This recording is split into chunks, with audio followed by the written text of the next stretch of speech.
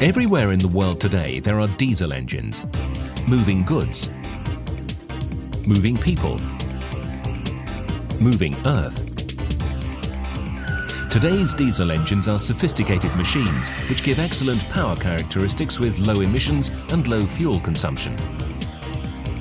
Cummins Turbo Technologies designs and manufactures its range of whole-set turbochargers, specifically focusing on the commercial and industrial market sector.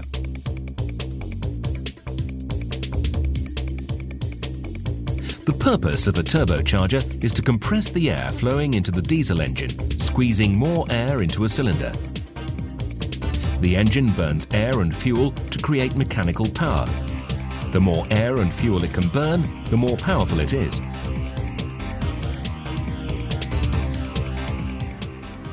A turbocharger comprises a turbine and a compressor connected by a shaft supported on a bearing system. It is driven by the waste energy from the exhaust gas. The exhaust gas is guided into the turbocharger by the turbine housing. The energy in the exhaust gas turns the turbine. Once the gas has passed through the wheel, it leaves the turbine housing via the exhaust outlet area. Exhaust gas temperatures are up to 760 degrees Celsius, which means that high resistance materials are needed in the turbine wheel and housings. The speed and load of the engine determines how fast the turbine wheel spins. If the engine is in idle mode, the wheel will be spinning at minimal speed. As more gas passes through the turbine housing, the faster the turbine wheel rotates. At full speed, the turbine wheel can rotate at over 150,000 rotations per minute. The compressor wheel is connected to the turbine by a forged steel shaft. As the turbine wheel spins, the shaft powers the compressor wheel. Air is drawn into the compressor housing through the wheel and is compressed as the blades spin at a high velocity. The housing is designed to convert the high-velocity, low-pressure airstream into a low-velocity, high-pressure airstream at the outlet through a process called diffusion. Air enters the compressor at atmospheric temperature. However, it leaves the compressor cover at around 200 degrees Celsius.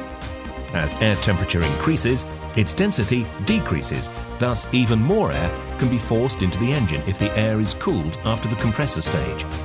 This is called intercooling or aftercooling and is achieved by cooling the air either with water or air.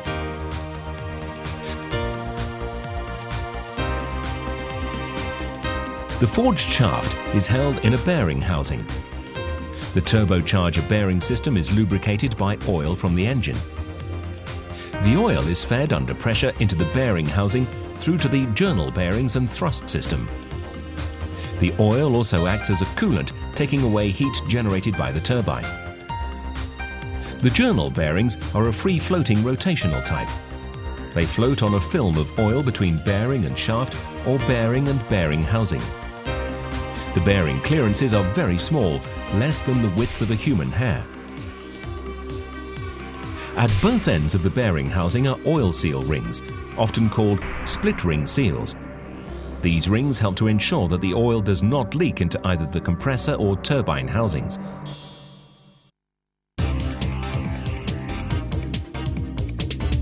To increase the power from an engine, you can increase the size of the engine or increase the mass of the air burned in the cylinders by using a turbocharger.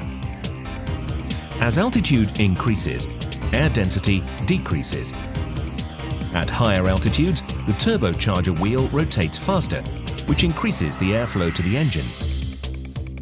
This turbocharger speed compensates for the density decrease, thus maintaining power to engine, where a non-turbocharged engine would suffer power loss. The benefits of turbocharging are increased engine power output, improved fuel consumption, improved emissions, altitude compensation. To improve transient response and low engine speed performance, it is desirable to control the turbine stage size. This can be controlled in two main ways. Wastgates bypass exhaust gas around the turbine using a valve in the turbine inlet, controlled by compressor outlet pressure. This limits turbocharger speed at high engine speeds and loads. In doing this, it reduces the boost pressure attained at full speed, full load, and allows the engine to develop more boost at low engine speeds. As engine speed increases, the wastegate valve begins to open at a preset boost pressure. This has the effect of increasing the size of the turbine stage. Whole-set wastegate turbochargers are engineered for superior durability and reliability. They are the premier choice for heavy-duty applications.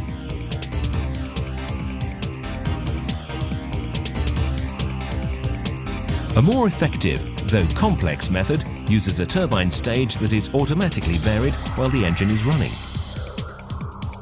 This permits turbine power to be set to provide just sufficient energy to drive the compressor at the desired boost level wherever the engine is operating.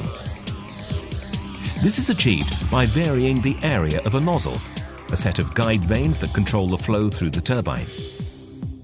The whole-set variable geometry system, VGT, is unique in that the vanes do not pivot but slide axially. This innovative approach ensures a high level of durability and reliability, essential for commercial diesel applications.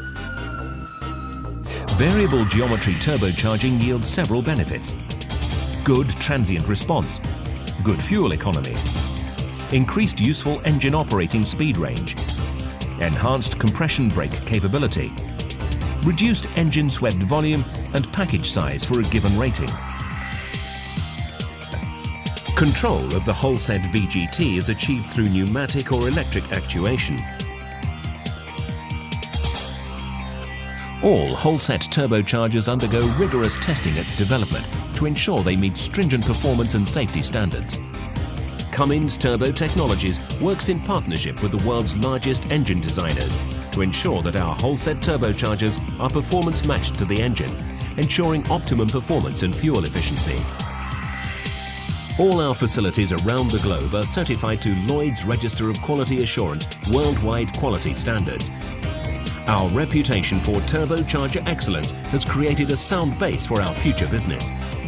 We are clearly focused on the heavy-duty turbocharger market, thereby dedicating our resources to the specific requirements of this key market sector. Whole-set turbochargers, breathing life into your machine.